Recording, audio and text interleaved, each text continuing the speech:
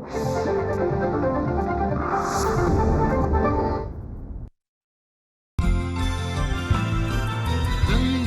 नजाऱ्याची रंगीन दुनिया, रंगीत दुनियेची रंगीन जादू. नजारे निराळे सितारे तराने, अदाए तूफानी दिल हुए बेकाबू. अनोखे दीवाने अंदाज प्यारे, त्यांच्या कामाची जादू नावाची जादू. बघूयात यांच्या या हुकमी टेक्यांची दुसरी बाजू, दुसरी बाजू, दुसरी बाजू. नमस्कार नमस्कार नमस्कार. मी विक्रम गोखले. नेहमीप्रमाणेच तुम्हा सगळ्यांच्या आवडत्या सह्याद्री वाहिनीवरच्या दुसरी बाजू या कार्यक्रमामध्ये आपलं स्वागत करतो आहे. मित्रमैत्रिणींनो, यावेळेला आपण एका अशा कलावंताला बोलवलेलं आहे जो माझ्या माहितीप्रमाणे अतिशय प्रसिद्धीपरांगमुख असा माणूस आहे. पुण्याचा आहे आणि गेली 25-30 वर्ष व्यावसायिक रंगभूमीवरती अभिनेता म्हणून काम करतो आहे. त्याच्याबद्दल आणखीन काही बोलण्यापेक्षा आपण या कलावंतावरची एक चित्रफित आधी पाहूया. आपल्या व्यक्तिमत्वानं आणि जबरदस्त अभिनयानं आपल्या क्षेत्रातील मिळेल ते माध्यम दरवळून टाकणारे एक सशक्त अभिनेते म्हणजे माधव अभ्यंकर. सेकंड इनिंग, दाह, संत वामनभाऊ महाराज यासारखे चित्रपट, सोबतीलाच poster girl, sentimental, happy journey, Surajya, time please यासारखे अनेक चित्रपट. तर सोनियाचा उंबरा, कळत न कळत, रात्रीचं खेळ चाले, चाहूल, तुझं विणं सख्या रे यासारख्या अनेक मालिका, आमदार सौभाग्यवती, कालचक्र, लग्न, चेहरे मुखवटे यासारखी नाटकं. त्यांचं घाशीराम कोतवाल हे नाटक गेल्या 23 वर्षांपासून सातत्यानं सुरू आहे. आजवर त्याचे हजाराच्या वर प्रयोग झालेत.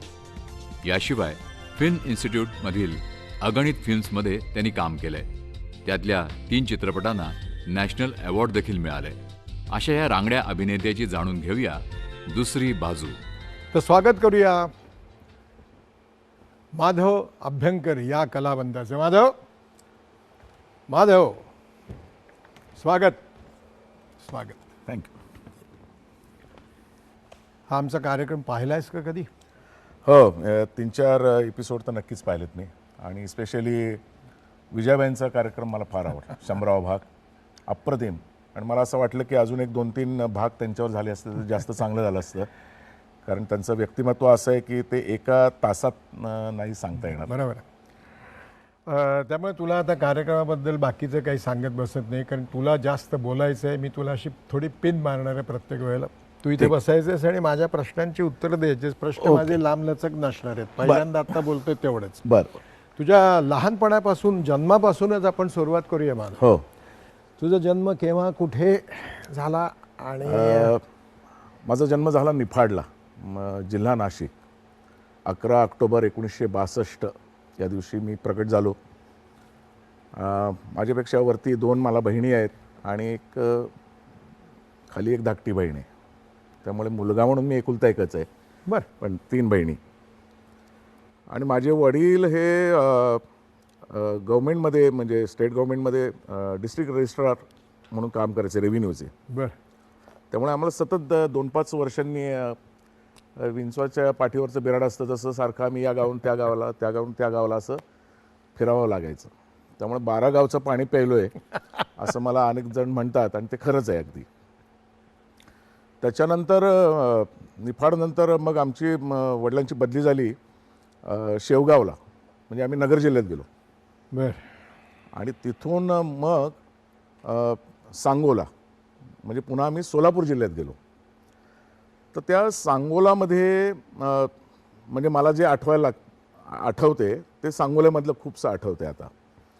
कारण त्यावेळी मी बऱ्यापैकी 4-5-6 वर्षाचा झालेलो होतो. आणि त्या गावामध्ये जे मी म्हणजे मला अजूनही माझे ते मित्र तिथे आहेत, ते मला आजही भेटतात आणि मला खूप आनंद होतो. कारण तिथलं ते वातावरण आजही मला डोळ्यासमोर आहे, ते मला रोज आठवतं. मुळामध्ये एक अतिशय ग्रामीण छान भाग तो. शेतीविषयी मला प्रचंड आवड आहे, आजही आवड आहे. आणि तेव्हा मी त्या गावामध्ये सतत एक तर गुराढोरांच्या मागे, नाही तर शेतावर, त्या मोठ ओढणाऱ्या माणसाच्या शेजारी त्याच्या मांडीवर बसून त्याची ती गाणी मी शिकायचो त्याच्याकडनं. आता आठवत नाही, पण ती मला गाणी छान यायची एकेकाळी. त्यामुळे शाळा तिथेच झाली का? शाळा नाही, बालवाडीपर्यंत मी तिथे होतो. बरं. आणि मग शाळा माझी तिथून आमची परत बदली झाली शिरपूरला, म्हणजे आम्ही गेलो धुळे जिल्ह्यात. मग तिथे माझं थोडंसं शिक्षण झालं. त्यानंतर मग कोपरगावला गेलो आम्ही, पुन्हा नगर जिल्ह्यात. अरे बापरे. हां, माझे 5वी ते 10वी कोपरगावला झाली. अच्छा. आणि मग तिथून ट्रान्सफर झाली आमची वडिलांची, ती जळगावला झाली. त्यामुळे पुढे म्हणजे 11वी ते साधारणतः SY पर्यंत जळगावला शिक्षण झालं. आणि मी फायनली TYला असताना आम्ही आमच्या घरी पुण्यात आमच्या वाड्यावरती पुन्हा राहायला आलो. बर.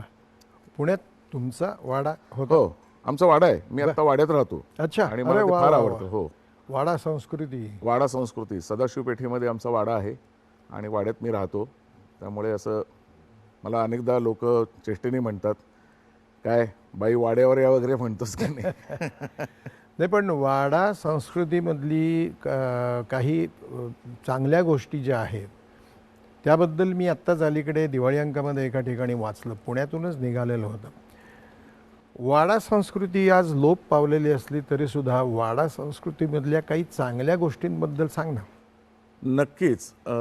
खरं म्हणजे लहानपणापासून काय आम्हाला वाड्यावरती राहता नाही आलं, कारण मी अगदी तान्हा होतो तेव्हा वाड्यावरती मला घेऊन आई बाबा जात असत. पण नंतर मी एकदम 20 वर्षाचा झाल्यानंतर वाड्यात आलो. आणि तोपर्यंत आमच्या वाड्यात कोणी भाडेकरू वगैरे कोणी राहिलेले नव्हते.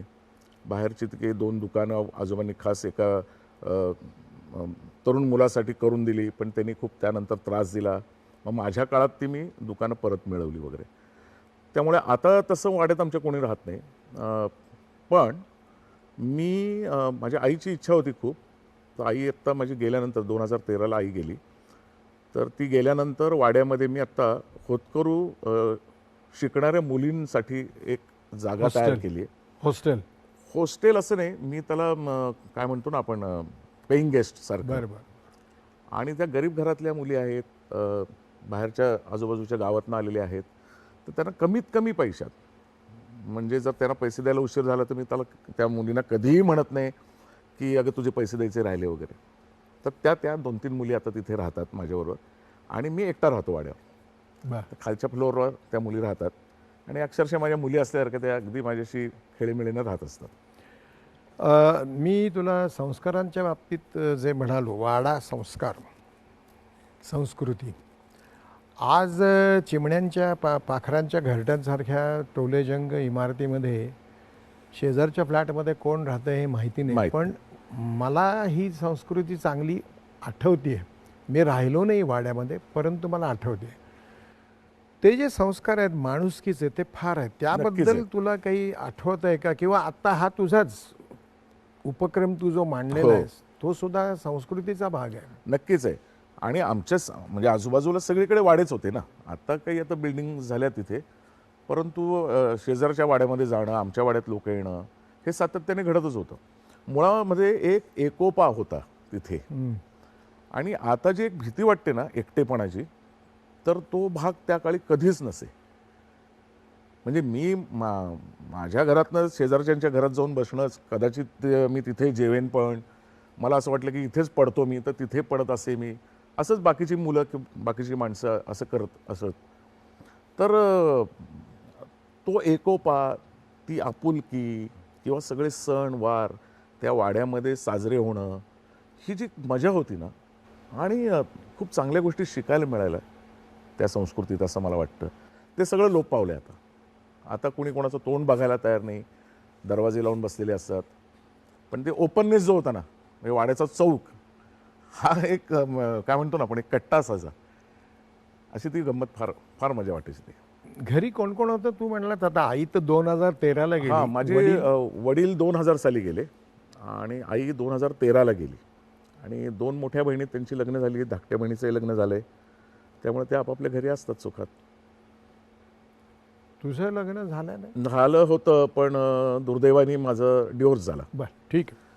कॉलेज आणि शाळा इथे काही रंगभूमीशी संबंधित, गायनाशी संबंधित असं काही किंवा वाचन संस्कृती वगैरे या संदर्भामध्ये काही संस्कार झाले? मुळामध्ये मी स्पोर्ट्समध्ये होतो. अच्छा. हां, म्हणजे मी जळगावला असताना मी 100 मीटर रनिंगमध्ये होतो, हर्डल्समध्ये होतो, त्याच्यानंतर व्हॉलीबॉल, फुटबॉल खेळायचो आणि माझा नाटकाशी तसा संबंध काही नव्हता. पण ना मी छान नकला करायचो, हुबेहूब आवाज काढायचो, मास्तरांच्या नकला करायचो वगैरे. तर आमच्या कॉलेजची एक एकांकिका बसवण्याचं काम चालू होतं आणि त्यातला एक कोणतरी मुलगा तो ऐन वेळेला निघून गेला. मग ही मंडळी माझ्याकडे आली आणि म्हणाले की तू आमच्याबरोबर नाटकात काम कर. तर म्हटलं अरे मला नाही ते स्टेज वगैरे, मला भीती वाटते म्हणलं, आणि मी स्पोर्ट्समन आहे म्हणलं, मला ते फारसे काही त्याच्याबद्दल आवड वगैरे नाही आहे काही. नाही नाही म्हणलं, तू आता नकला करतोस तर तू करून जाशील, बघ तू. तर म्हणलं बघूयात, चला ट्राय तर करूयात. म्हणून मी गेलो तालमीला आणि थोडंसं मी रमलो तिथे आणि मला बक्षीस मिळालं. म्हणजे मी अचानक एक 10 दिवस आधी जॉईन होऊन सुद्धा बक्षीस मलाच मिळालं आणि मला ते कुठेतरी असं वाटलं की अरे बघ येतंय मला यातलं काहीतरी थोडंफार. आणि मग हळूहळू माझं ग्राउंड सुटलं आणि मी पूर्ण वेळ इकडं म्हणजे नाटकातच रमलो. ग्राउंड सुटलंच?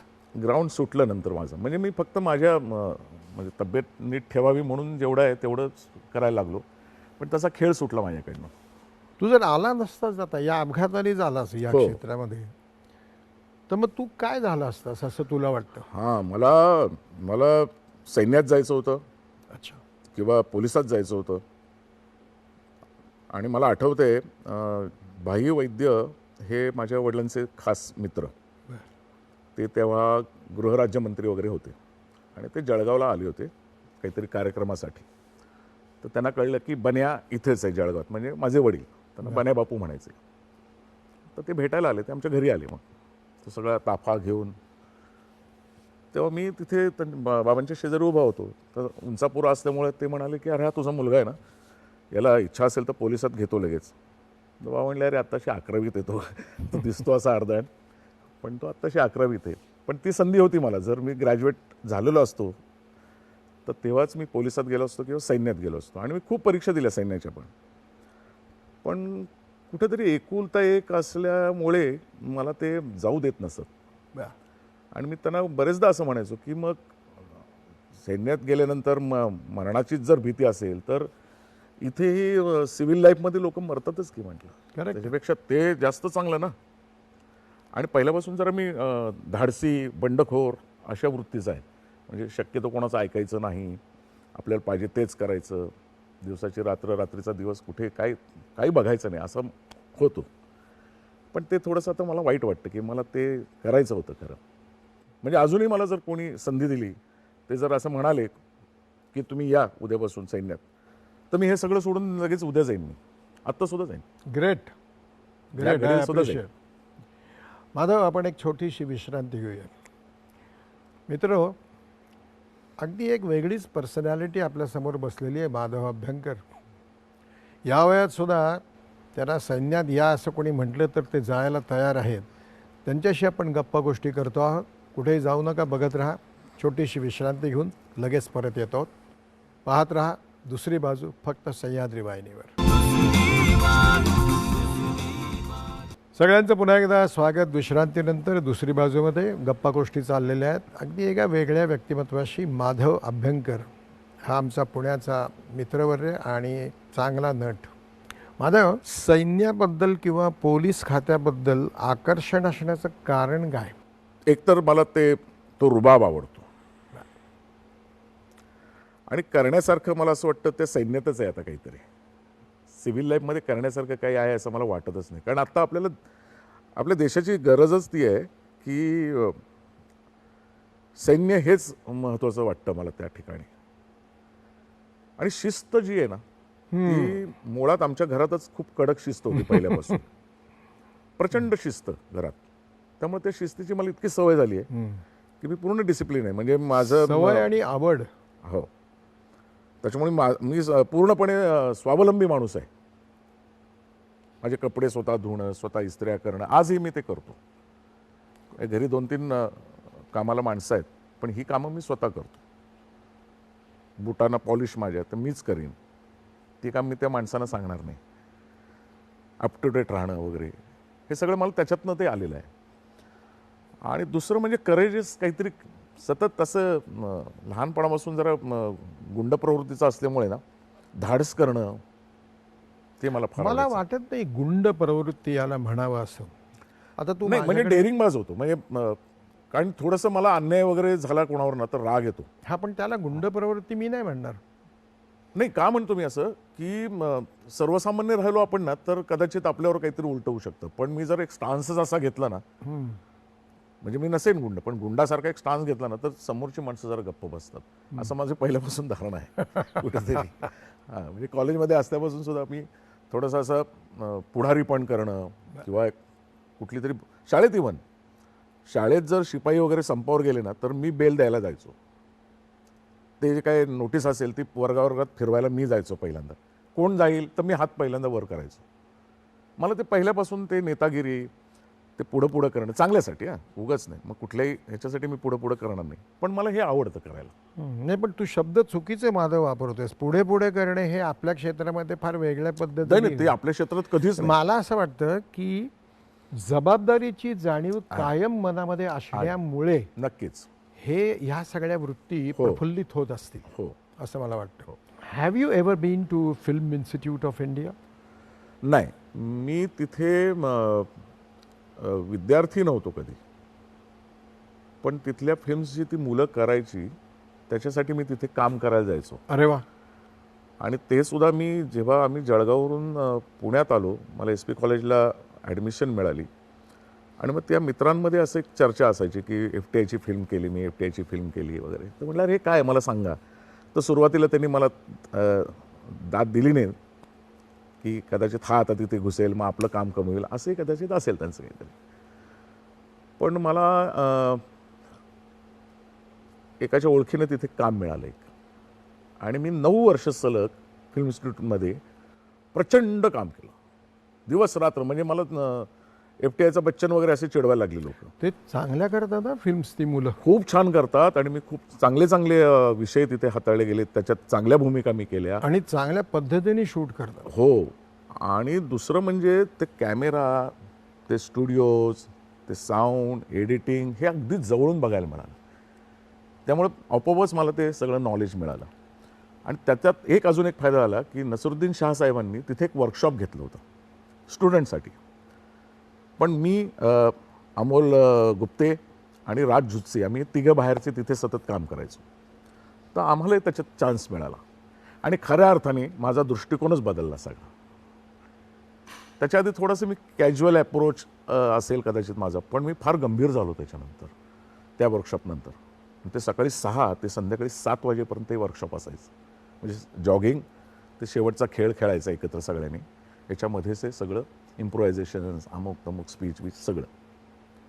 त्या दिवसापासून मला असं जाणवलं की अरे आपण अजिबात वेळ वाया घालवता कामा नये. गुड. तर आपल्याला बारीक सारीक सगळ्या गोष्टी आल्या पाहिजेत आणि त्या आपण शिकल्याच पाहिजेत. त्यामुळे सगळ्याच गोष्टीत बदललो मी त्या वर्कशॉपने, सरांमुळे. त्या तुझ्या माहितीसाठी माहिती असेलही तुला, चंद्रकांत गोखले वडील माझे, हेही बऱ्याच वेळेला फिल्म इन्स्टिट्यूट ऑफ इंडिया इथल्या विद्यार्थ्यांच्या फिल्ममधून कामं करायचे. गिरणीमध्ये होते मला वाटतं ते. करेक्ट. हां, सांजमध्ये होते. कारण गिरणी, आंतरराष्ट्रीय पुरस्कारही मिळाला. हो, गिरणीच्या वेळेलाच मी द्विजा नावाची एक हे केली होती, त्यालाही नॅशनल अवॉर्ड मिळाला हां. आणि गिरणीलाही मिळाला होता. घाशीराम कोतवालमध्ये एंट्री केव्हा झाली, का पहिल्यापासून? नाही, मी थिएटर अकॅडमीमध्ये होतो, पण पडघम नावाचं एक नाटक केलं माहिती होतं डॉक्टर पटेलांनी, त्याच्यात मी होतो. आणि नंतर त्यांनी जेव्हा काही आम्ही नवीन मुलं आलो, मी अतुल पेठे वगैरे ही सगळी मंडळी, तर घाशीराममध्ये त्यांनी तुम्ही या आता काम करा असं सांगितलं आम्हाला. पण मला ब्राह्मणात काम करायचं नव्हतं. मला समभाव कुठेतरी तो नाना माझ्या डोक्यात बसला होता आणि आगाशांचं काम मी बघत बसायचो बराच वेळ. खूप आवडायचं मला त्यांचं काम. आणि 94 साली अचानक 92ला त्यांचं बंद झालं आणि 94ला अचानक बाळ मोघे म्हणून पुण्यातले माहिती आहे आणि अनिल भरतनाट्य जोगळेकर, मंदिर. हां अनिल जोगळेकर, तर ते दोघं माझ्याकडे आले. तेव्हा माझं हॉटेल होतं आणि मी एक हॉटेल चालवायचो. तर असं घाशेराममध्ये काम करशील का? म्हटलं कुठलं? म्हणे नानाचं. म्हटलं काय खरंच ना, का चेष्टा करताय? म्हटलं नाही नाही खरंच. तर करीन ना म्हटलं, पण एक क्षणभर मनात भीती यायला, नाही जमलं आपल्याला तर त्यांना म्हटलं एक 10 मिनटं मला द्या फक्त. 10 मिनटं विचार केला. म्हटलं बघूयात करून, वाटतंय ना करावं असं तर करून बघूयात. नाही जमलं ना पुन्हा रंगमंचावर उभं राहायचं नाही. संपलं आपलं करिअर संपलं, आपण वेगळं काहीतरी करू. हो म्हणून सांगितलं. मग म्हणाले की जरा तू काय कसं वाचतोस वगैरे जरा बघ. म्हटलं तोंडपाठ आहे माझं, नाटकच तोंडपाठ आहे. मग कुठे आहे पण करून? म्हटलं माझं घर जवळ आहे, आपण वाड्यावरती जाऊ तिथे. अरे वाडा आहे तुझा वगैरे? म्हटलं हो. वाड्यावरती गेलो. कुठला सीन करू? कुठलाही कर म्हणे. म्हटलं मग तो स्मशानातला सीन किंवा ती सोलोकी म्हणून दाखवतो वगैरे चालेल. अरे छान म्हणे, असंच करायचं. म्हटलं नाही, मी आत्ता आगाशांच्या आवाजात केलं, माझा आवाज आगाशांसारखा नाही आहे. म्हटलं मी माझ्या आवाजातच करीन म्हटलं. आणि तिथून खरी सुरुवात झाली. 22 मार्च 1994ला पहिला प्रयोग मी औरंगाबादला केला. अच्छा. आणि आत्ता काल 11 तारखेला 1020वा प्रयोग केला. 23 वर्ष झाली हे मी नाटक करतोय आत्ता. प्रदीप फाटक आहे ना तुमच्याबरोबर? आहे ना, पारिपार्श्विक आहे त्यातला, तो गातो त्याच्यात. तो आपली आता सिरियल लिहितोय. तू पुन्हा माझ्याकडे काम करणार आहेस? हो नक्की. आणि तू एक चांगला नट आहेस. धन्यवाद. नाही नाही, धन्यवाद काय, यू डिझर्व इट. मला तुला एक प्रश्न विचारायचा आहे. बऱ्याच नटांना इन्क्लुडिंग मी केव्हा ना केव्हा तरी असं वाटतं की अरे पुण्यात काय ठेवलं आहे, आपल्याला मुंबईला जायला पाहिजे. आणि मग ते नट मुंबईला येतात आणि इथे राहण्यापासून स्ट्रगल सुरू होतो. तुला असं कधीही नाही वाटलं की आपण, कारण तू माझ्या मते देखणा नट आहेस, देखणा म्हणजे नट चांगलाच आहेस, नटही देखणा आहेस, माणूस म्हणूनही व्यक्ती म्हणूनही देखणा आहेस. You never ever felt this that you should come to Bombay? नाही, वाय? मला कधीच नाही असं वाटलं. कारण मुळामध्ये मी कधी कोणाकडे आजवर काम मागायलाच गेलेलो नाही. इथे मला तुला अडवणार आहे मी, पण नंतर बोलतो. तू आधी सुरू कर. मी कधीच कोणाकडे काम मागायला गेलो नाही किंवा मी त्या प्रकारचे फोटोग्राफ्स वगैरे काढतात हल्ली मुलं, असलं कधीही काही केलं नाही. मला जे मिळेल ते काम मी प्रामाणिकपणे करायचं एवढंच मी ठरवलं होतं. आणि त्यातून मला मुंबईत कधी बोलवलं जाईल असं मला वाटलं. सोनियाचं उमरा नावाची एक सिरियल माझ्याकडे आली. हेमंत देवधर त्याचा डिरेक्टर होता. त्याची फार मजेशीर गोष्ट आहे. खरं मी म्हणजे परवानगी असेल तर सांगतो. सांग ना. हेमंत माझ्याकडे आला आणि मला म्हणाला की मी एक सिरियल करतोय, जरा तुझी मदत लागेल मला. म्हटलं सांग ना. तो म्हणाला की पांडुरंग देसाई नावाचं एक कॅरेक्टर आहे, असं 60-70चा माणूस, रुबाबदार, मोठं खटलं घर, म्हणजे त्याचं भरपूर माणसं, 3 मुलं, 3 सुना, नातवंड वितवंड, आणि गावावरती सगळं तसा दबदबा वगैरे असं कॅरेक्टर आहे. अरे काय कास्टिंग कोणाला जर सांग ना. तर मी म्हटलं अरे विक्रमदादा आहेत की एवढे छान त्याचे. तो म्हटलं ते बिझी असतात, तर दुसरं काहीतरी, कारण हे लगेच सुरू करायचं आहे आणि निर्माता खूप आडला आहे वगैरे. मग तो म्हटलं मग तू प्रभावळकरांना विचार. नाही म्हणत. तो म्हटलं की एकच सांगतो की ही खूप सिनियर मंडळी पण नको आहेत, कारण बजेट पण नाही आहे. मग म्हटलं की ते कोल्हापूरला एक डॉक्टर आहेत, एक ते नेहमी काम करतात, तर त्यांना विचार. नाही मग कोण आता काय. म्हटलं एक माणूस माझ्या बघण्यात आहे. म्हटलं मला काय नाव नाही माहिती त्याचं, पण मी नुकतीच त्याची एक फिल्म पाहिली. म्हटलं जी FTI मधली एका मुलांनी तयार केलेली आहे, त्याला नॅशनल अवॉर्ड मिळाले, आणि त्याच्यात तो एक माणूस आहे. म्हटलं बघ तुला जर पसंत पडत असेल तर त्याला विचारतो. तो म्हणे मग कुठे बघायला मिळेल? म्हटलं ते FTIला त्या दामलेकडे तुला मिळेल. म्हटलं म्हणून मिलिंद दामले म्हणून त्याचा जो एडिटर रायटर होता त्याच्याकडे घेऊन गेलो. त्याला CD दिली, घरी जाऊन बघ म्हटलं. तू घरी गेला, नेमके लाईट त्यावेळेला लोड शेडिंग होतं, बघता नाही आली. संध्याकाळी 6 वाजता त्याचा मला फोन आला, अरे मी ज्याला शोधत होतो तो मला मिळाला म्हणे माणूस, आणि मीच होतो तो ना. माझं नाव सांगितलं नाही मी त्याला. आपण पुन्हा एकदा एक छोटीशी विश्रांती घेऊया, त्याच्यानंतर एक कॅमेरामन तुझ्याबद्दल काय बोलतोय ते पण ऐकणार आहोत आपण. मित्रांनो, पुन्हा एकदा एक छोटीशी विश्रांती, कुठेही जाऊ नका, बघत राहा दुसरी बाजू. पुन्हा एकदा सगळ्यांचं स्वागत दुसरी बाजूमध्ये.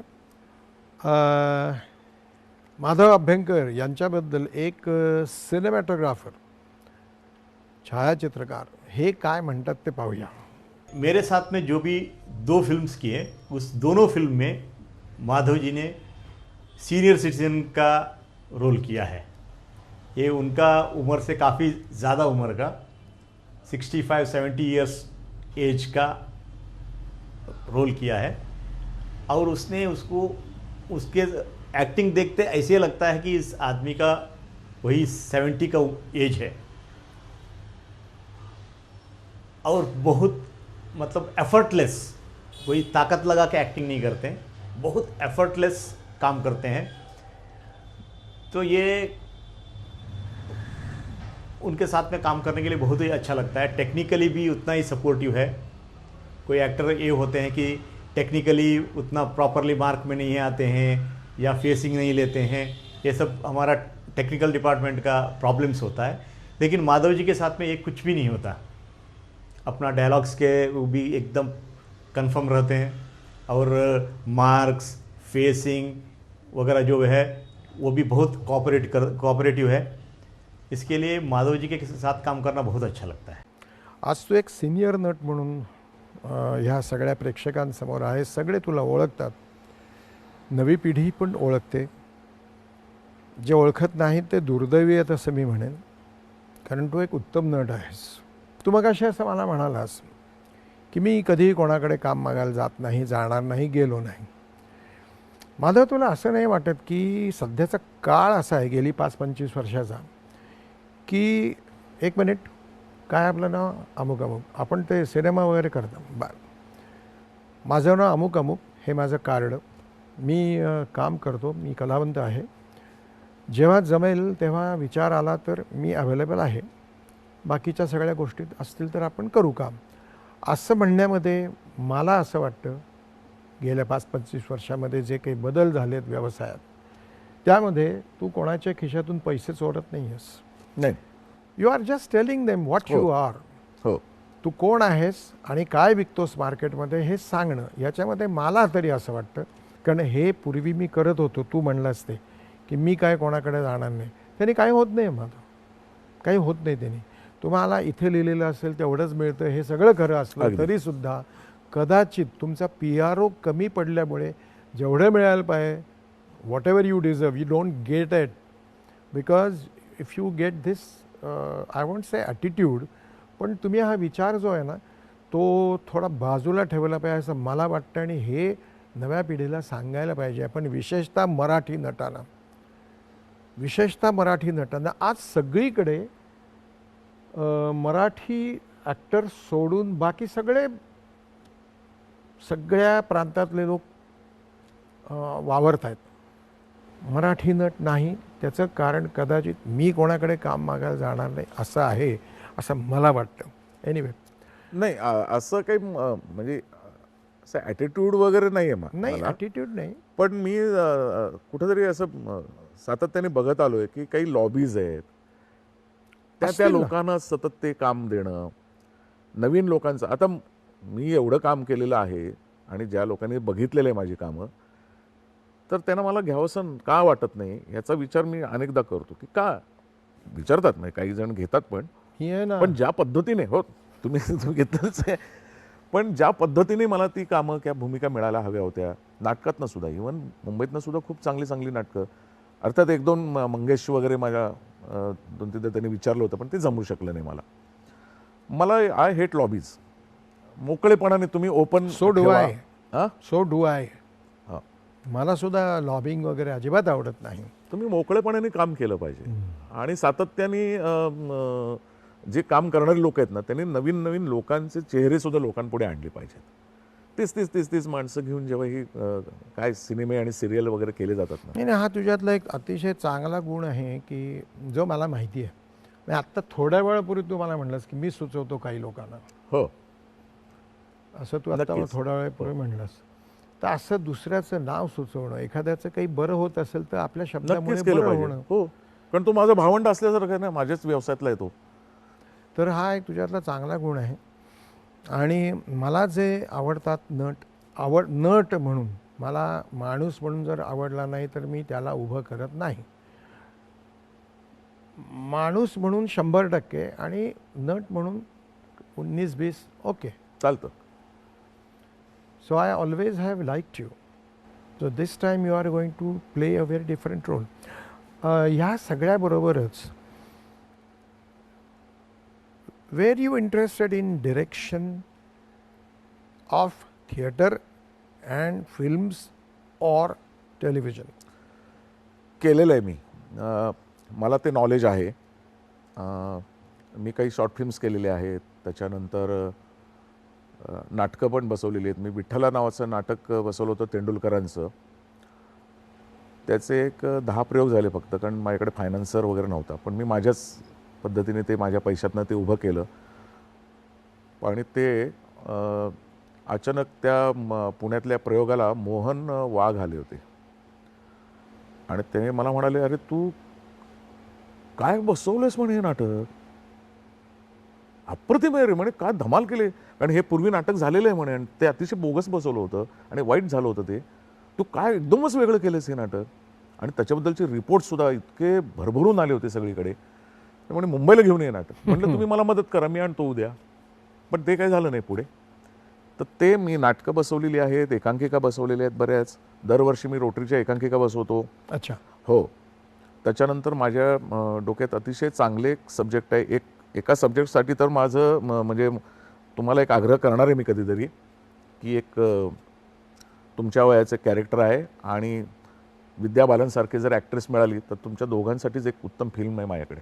तू मागच्या वेळेला मला हे म्हणलं होतं, बोललो होतो तुम्हाला. जेव्हा होईल तेव्हा लेट अस कीप आवर फिंगर्स क्रॉस्ड. हां, तुझ्याकडे काम करायला यू एज द डायरेक्टर मला आवडेल. आणखीन काय काय आवड आहे तुला? स्वयंपाक. अरे वा. हो, ते सुद्धा अपघातानेच झालं. 2008ला आई, हो ना, आई वाड्यात जिन्यात पडली खाली आणि ती 5 वर्ष बेड रिटर्न झाली. तिचं ऑपरेशन वगैरे झालं पण तिने उभारी घेतली नाही परत. तर तिला कोणाच्या हातचं जेवण आवडायचं नाही. आता 2 बहिणी, एक अलिबाग, एक मुंबई आणि एक धाकटी पुण्यात. पण ती तिच्या संसारातनं रोज कशी येणार ना. पण माझं ऑब्झर्वेशन सतत असायचं. प्रत्येक गोष्टीत माझं एक ऑब्झर्वेशन असतं. मी बरेचदा ना, माझे एक हे आहे की मी बूट पॉलिशसुद्धा तो जो माणूस करतो ना त्या स्टाईलने वगैरे करू शकतो. म्हणजे मी, कारण ते ॲक्शन जे असतात ना ते मी डोक्यात ठेवतो पण मी. आणि त्याने तसं तो पदार्थ जो ना सहज आपण असं 2 चमचे हे घ्या, 3 चमचे ते टाका असं करून तो पदार्थ छान नाही होत. तो असं आपलं असं केलं की छान होतो. तर तसं मी ते करून बघायचो आणि ते छान व्हायला लागला स्वयंपाक माझा. आणि आता मी मास्टर आहे त्यातला. मला एकदा जेवायला बोलव तुझ्या घरी. नक्कीच, 100%. आणि आईला ते आवडायचं. खूप खूप आनंदाने ती जेवायची. ती कराडे होती आई माझी, त्यामुळे त्या कराड्यांच्या हाताला एक वेगळी चव असते असं म्हणतात. माझी आई आजारी होती आणि त्यावेळेला मी 10 वर्षाचा होतो आणि आई बरीच वर्ष आजारी होती. तर मी आई पडल्या सूचना द्यायची आणि मी जेवण करायला लागलो आणि मी जेवण करतो. मी सगळा स्वयंपाक नाही करत पण मी जे काही करतो ते खूप चांगलं असतं. असं सुगरण असलेली माझी आई आणि माझी सासू आणि माझी बायको सगळेजण म्हणतात. एनिवे, आणखीन काय छंद वगैरे काय आहे? छंद म्हणजे गाडी घेऊन फिरायला जाणे, रात्री बेरात्री कुठेही जंगला बिंगलातनं हिंडणे. वाचन वगैरे पूर्वी आवडायचं, हल्ली वेळ नाही मिळत. पण मग मी ऑडिओ बुक्स वगैरे गाडीत असतात माझ्या. आणि क्लासिकल संगीत ते ते खूप ऐकतो. म्हणजे माझ्या गाडीत साधारणतः 900 किलोमीटरपर्यंत जाईल एवढ्या एका पेनड्राईव्हमध्ये. हो. नावं त्याला बरीच आहेत. सामाजिक कार्य, सामाजिक बांधिलकी, जाणीव, आपुलकी वगैरे वगैरे.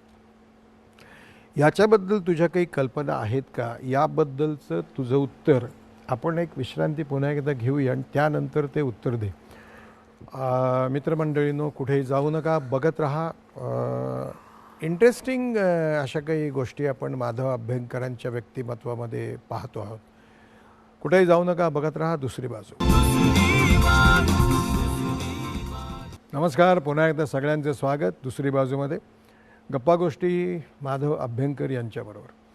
माधव, तर सामाजिक कार्याबद्दल काही तुझं मत असणं, काही तुला जाणीव असणं, काही कृती तू करत असणं किंवा न करत असणं किंवा करणार असणं, जे काही असेल त्याबद्दल. नाही, मुळात संस्कारच पहिल्यापासून तसेच आहेत घरी. कारण शहर आम्ही फार, म्हणजे मी तर फार उशिरा बघितलं, पण खेडोपाडी माणुसकीचे झरे असतात ॲक्च्युली, आणि तेच बघत आलो आहे, ते अनुभवत आलो आहे. घरातही ते संस्कार असल्यामुळे नेहमी एक आई नेहमी सांगायची की तुझ्या घासातला एक चतुर्थांश भाग हा कोणासाठी तरी तू ठेवला पाहिजेस. कोणालाही देतो, पक्ष्यांना दे, प्राण्यांना दे, माणसांना दे, ज्याला गरज आहे. हां, चित्रावती घालतो तर त्याच्यासाठीच आहे ते, तर त्यांना ते दे. त्याच्यामुळे मी जे काही मी आता कमवतो त्यातला थोडासा भाग मी अनाथ आश्रमाला देतो, वृद्धाश्रमाला देतो. आणि आमच्याकडे कुठल्याही प्रकारचे मनुष्य गेल्यानंतरचे जे काही रिच्युअल्स असतात ते आम्ही काहीच करत नाही. एकदा पोचवून आलो की परत मागे वळून बघणं नाही, कुठलंही नाही. म्हणजे साधं फूलसुद्धा वाहणं नाही आमच्याकडे. पण त्या व्यक्तीच्या आठवणीसाठी हे दरवर्षी करत राहायचं. Very good. हे आमच्याकडचं तत्त्व आहे आमच्या घरातलं. बाकी कुठल्याही आम्ही भानगडीत नाही.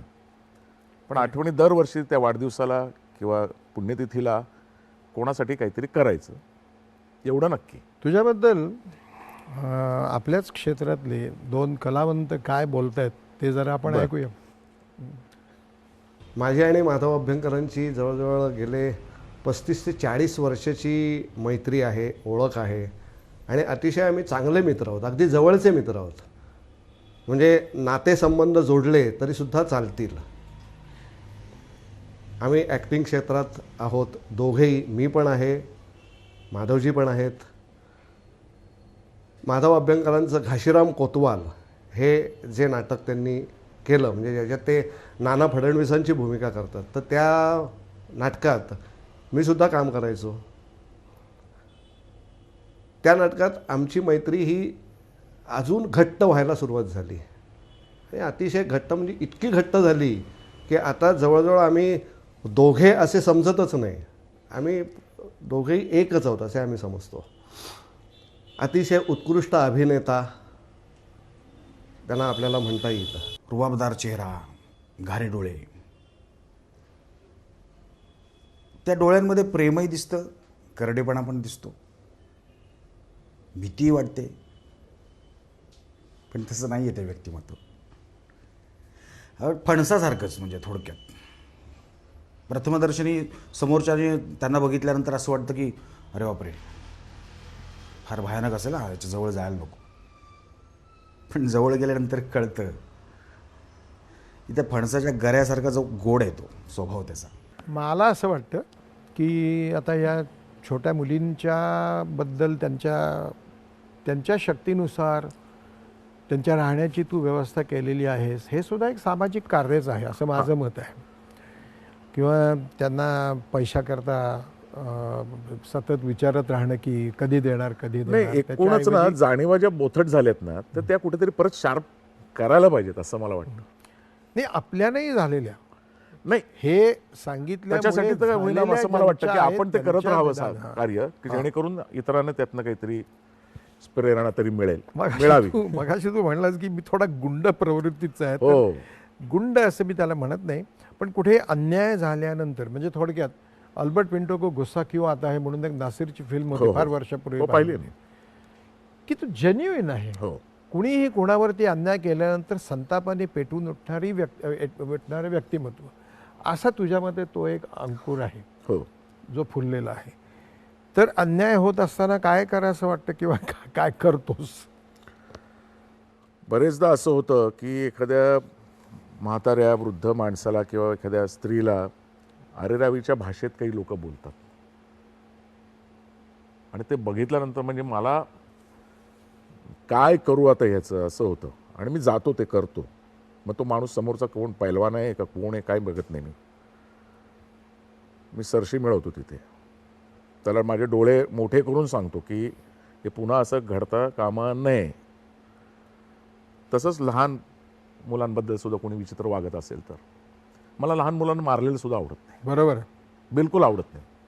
म्हणजे रस्त्यावर असं कोणी मारतात तर मी त्याच्या आईवडिलांना सांगतो की बस मारायचं नाही, काय असेल ते गोड गोड गुलाबीने सांगा त्याला. इतका मला म्हणजे असं शिवरिंग सो होतं माझं एकदम. का माहीत नाही हे कशातनं आलं आहे, पण नाही आवडत मला ते. आणि मी जातो प्रसंगी 2 फटकेसुद्धा द्यायला कमी करत नाही करतो. मग साधारण कुठल्या प्रकारच्या भूमिका तुला करायला आवडतात? कारण तू माझ्याकडे एका अतिशय सुविद्य आणि सुसंस्कारित अशा समजूतदार अशा बापाची भूमिका केली आहेस. खूप मोठी भूमिका होती. हो 52 भागामध्ये विखुरलेली होती ती. पण आता तू माझ्याकडे काम करण्यास ते फारच वेगळं आहे. वेगळे बरं. तर पण अशा तऱ्हेच्या विविध भूमिका करताना सुद्धा असं काही चॉईस वगैरे ठेवतो? नाही नाही अजिबात नाही. कुठलाही मिळेल जी ती समोर उत्तम येईल ती करायची. भूमिका हो. फक्त ती समजली पाहिजे, आवडली येस पाहिजे. व्हरायटी पाहिजे त्याच्यात आणि प्रत्येकाच्यात. कारण माझ्याकडे तू एकदा CP पण केलेलंस, कमिशनर ऑफ पोलीस. हो अजून ते आलेलं नाही आहे. नाही आलं. हो सध्याच्या सिरियल्स मराठी असोत हिंदी असोत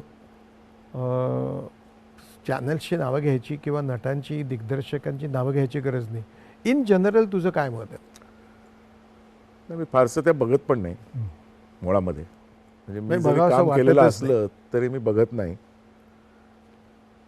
कारण इतके चांगले लेखक आपल्याकडे असताना देखील हे स्वतः काहीतरी कल्पनेतले कथानक आणतात आणि ते पसरट करत काहीतरी दाखवतात. आणि आपण जर एखादं सुचवलं की अरे SL भैरप्पांचं खूप छान मटेरियल आहे, ते त्याच्यावर काहीतरी करू शकतो आपण, तर त्यांना ते करायचं नसतं. आता कसं आहे की आपल्याला तर काम करायचं आहे, विचारल्यानंतर हो म्हणणार, त्यातनं आपल्याला 4 पैसे मिळणार म्हणून करायचं. पण स्वतःचं कामसुद्धा मी बघायला जात नाही बरेचदा. फारसं काही आवडत नाही. पण कधीतरी एखादी चांगली मालिका आनंद देऊन जाते. पण मग ते तेवढंच असतं. अर्थात चांगल्या गोष्टी थोड्याच असणार ना, त्यामुळे बरं वाटतं ते. माधव, आता तू जेव्हा तुझ्या टर्म्स कंडिशनप्रमाणे तू काम करतोय एवढी वर्ष, परंतु जेव्हा मग तू बरेच दिवस काम करत नाहीस, होतं असं कधी कधी. माझ्यासारख्याला सुद्धा कधी कधी 2-2 महिने थांबावं लागतं चांगलं काम येण्याकरता. तशी काय दर 2-4 दिवसांनी चौकशा होत असतात. आपल्याला आवडतं असं नाही. जेव्हा काम नसेल त्यावेळेला तू काय करतोस? मी घरी वर्कशॉप उघडतो. बर माझ्याकडे सगळ्या प्रकारचे हत्यार आहेत. बर वाड्यामध्ये मी पसारा घालतो. बरं मग शिड्या तयार कर, जुनी लाकडं काप, त्याचे काहीतरी बेंचेस कर. मला ते पण येतं कारण इंजिनिअरिंगचं डोकं आहे माझं. बरं. पूर्वी कन्स्ट्रक्शनमध्ये पण होतो, बर त्यामुळे बऱ्यापैकी मला ते सगळं नॉलेज आहे. त्यामुळे असलं काहीतरी गोष्टी तयार करत बसतो मी. की ज्याच्यात म्हणजे की वाया जाऊ शकेल अशा गोष्टीतून काहीतरी निर्माण काहीतरी करायचं उपयोगाला येईल अशी किंवा वस्तू तयार पंखे वगैरे काढायचे, ओव्हरऑलिंग करायचं त्याचं, ते सगळं काम जमतं. एखादं जुनं मशीन वगैरे काय असेल बिघडलं तर ते दुरुस्त करत बसणे. 2 प्रश्न मी तुला शेवटचे विचारणार आहे. नाटक, सिनेमा, टेलिव्हिजन या व्यवसायाव्यतिरिक्त एरवी काही अर्थार्जनाकरता करतोस का? नाही. म्हणजे तुझ्यामध्ये हॉटेल होतं? हॉटेल होतं, कन्स्ट्रक्शन होतं. 2005च्या सुमारास सगळं ते मी बंद केलं. बा नवीन मुलांना काय सांगावंसं वाटेल का नाहीच सांगावंसं वाटणार? नाही, मी अजूनही अतिशय विनयाने सांगतो की मी विद्यार्थी समजतो स्वतःला. कारण ते ज्ञानार्जन काही संपत नाही. तर माझं हेच सांगणं आहे की आपण कोणीतरी झालो असं लगेच समजूच नका, विद्यार्थी राहा. त्यातनं एक फायदा आहे की ज्ञान मिळतं आहे, तेच यश आहे असं मी मानतो. लौकिक अर्थाने जे पैसे मिळाले, नाव झालं, याच्यापेक्षा मला हे माहिती नव्हतं ते माहिती झालं, याची जी गंमत आहे ना ते मला जास्त आवडतं. आईला हे मला माहीतच नव्हतं, हा असं असतं का, तर ते सतत शिकत राहावं असं मी सांगेन. तू आमच्या विनंतीला मान देऊन डायरेक्ट पुण्यावरून ड्रायव्हिंग करत करत शास्त्रीय संगीत ऐकत ऐकत स्वतः ड्रायव्हिंग करत इथे आलास. त्याकरता दूरदर्शनतर्फे आमच्या निर्मात्यांतर्फे पाठक आमचे पवार साहेब थॉमस साहेब यांच्यातर्फे आणि हे सगळे आमचे मित्रमंडळ जे आहे त्यांच्यातर्फे आणि मुख्य म्हणजे आमच्या दुसरी बाजू ह्या कार्यक्रम आवडीने बघणाऱ्या प्रेक्षकांच्या तर्फे मी तुझे व्यक्तिशः मनपूर्वक आभार मानतो. तिथेच बस, उठू नकोस. तुला ह्या कार्यक्रमाबद्दल काय वाटलं माधव? कशा तऱ्हेचा हा कार्यक्रम आहे किंवा याच्यात काही सुधारणा हव्यात का? तुला जे काही वाटतं ते अगदी थोडक्यात 2-3 ओळीमध्ये ह्याच्यामध्ये लिहायचं आहेस तू. इथेच बसायचेस. तुझा इथे एक देखणा फोटो लावलेला आहे मी कारण तू आहेसच देखणा. तर एक 2-4 ओळीमध्ये ते तू करायचेस. मी तुला हे आणून देतो. नंतर आपण ते दाखवूया सगळ्यांना. इथे लिहायचंस.